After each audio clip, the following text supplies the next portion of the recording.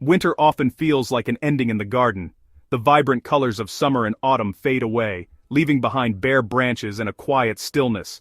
We tidy up, put our tools away, and retreat indoors, waiting for spring to return. But I want you to see winter differently.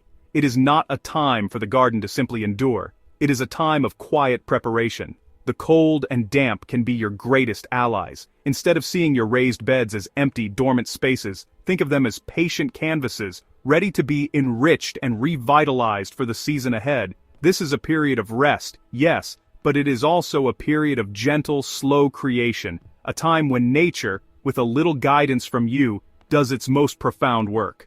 Many gardeners look at their soil in late autumn and see something tired and depleted. After a long season of giving, the soil can look pale, compacted, and lifeless. The temptation is to leave it to the mercy of the elements, exposed to driving rain and harsh winds that can wash away precious topsoil and nutrients. This is the great mistake. Winter, if left unattended, can indeed be destructive, but with a simple change in perspective and a few easy steps, you can turn this challenging season into a productive one. You can use the winter months to build fertility, improve soil structure, and create the perfect growing medium for next year's plants, all without the backbreaking work of turning compost heaps. The key is to understand what is happening beneath the surface. In the cold, the bustling world of soil microbes, fungi, and worms slows down, but it does not stop entirely. These tiny engineers are the lifeblood of your garden, responsible for breaking down organic matter and turning it into the rich, dark humus that plants adore. Your job, as the gardener, is to provide them with a winter larder.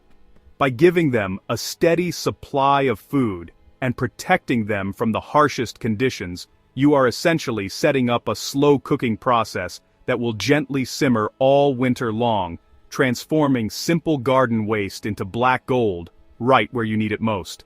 This approach is not about fighting against winter. It is about working in harmony with it. It is a shortcut, a wonderfully lazy and effective way to garden. It saves you the effort of building and turning compost piles, and it spares you the task of hauling heavy barrow loads of finished compost to your beds in the spring. You are simply taking what the garden gives you, fallen leaves, spent plants, kitchen scraps, and putting them directly to work.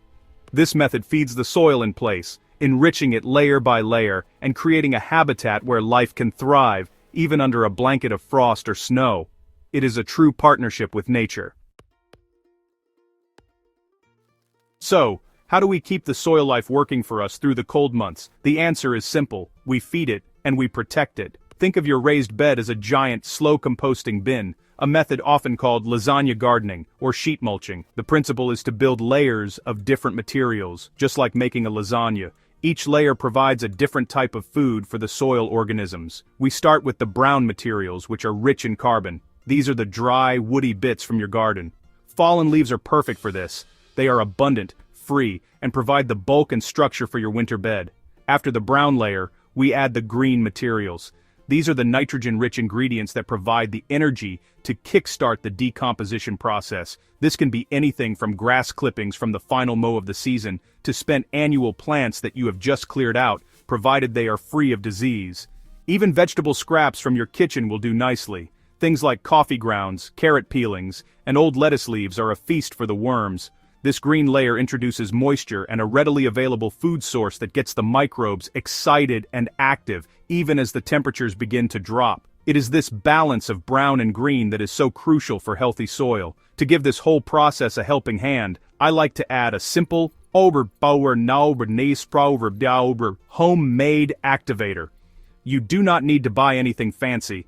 A bucket of water mixed with a spoonful of molasses or even just a bit of old compost or good garden soil will do the trick.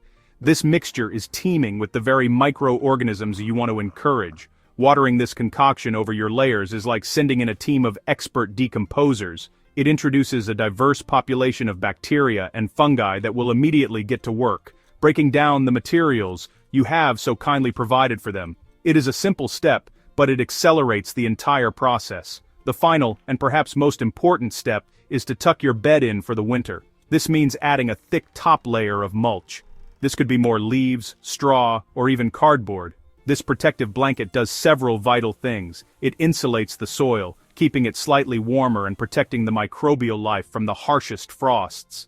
It also prevents the winter rains from washing away nutrients and compacting the soil. Furthermore, it locks in the moisture from your activator and any rainfall, which is essential for decomposition. This cover ensures your winter bed remains a stable, protected, and active environment.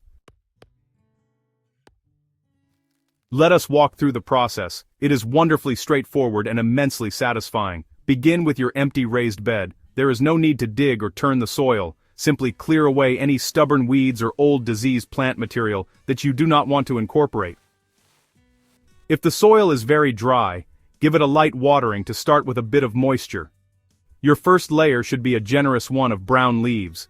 Spread them evenly over the entire surface, to a depth of at least a few inches. Do not worry about shredding them. Whole leaves work perfectly well, creating air pockets that are brilliant for soil structure. Next, it is time for the green layer. Gather your nitrogen-rich materials and spread them over the leaves. This layer does not need to be as thick as the brown layer. A good balance is about 2 parts brown to 1 part green. If you have just cleared out your tomato plants or runner beans, chop them up a bit with your spade and lay them down. Add your kitchen scraps, avoiding any cooked food, meat, or dairy. This mixture of different green materials provides a varied diet for the soil life, ensuring a wide range of nutrients will be available in the spring. It is about creating a diverse and balanced meal for the underground workers. Now for the activator. Mix your molasses, or bit of compost into a full watering can, and sprinkle it evenly over the layers you have just built. Be thorough, ensuring you dampen all the material. This is not just about adding moisture, it is about inoculation. You are introducing the workforce that will perform the magic of decomposition over the next few months. As the water seeps down through the leaves and green matter, it carries the microbes with it, distributing them throughout the bed. This simple act can significantly speed up the process, turning your pile of garden debris into a thriving ecosystem much more quickly. Finally, apply the protective top cover. I am a great believer in using whatever you have to hand. A thick blanket of straw is wonderful, but another deep layer of leaves works just as well. You could also lay down large pieces of cardboard, making sure to remove any plastic tape. This top mulch is the bed's winter coat. It will shield your carefully constructed layers from wind, prevent weeds from taking hold, and most importantly, conserve moisture. Do not be shy with this layer. Make it thick and robust. It will slowly break down over the winter, adding even more organic matter to the soil below.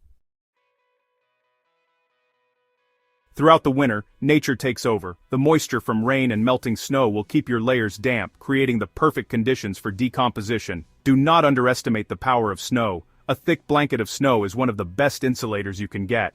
It holds a steady, cool temperature in the soil, protecting the life within from extreme freezes and thaws. Underneath this quiet white blanket, the worms and microbes will be working away, slowly munching through the feast you have provided.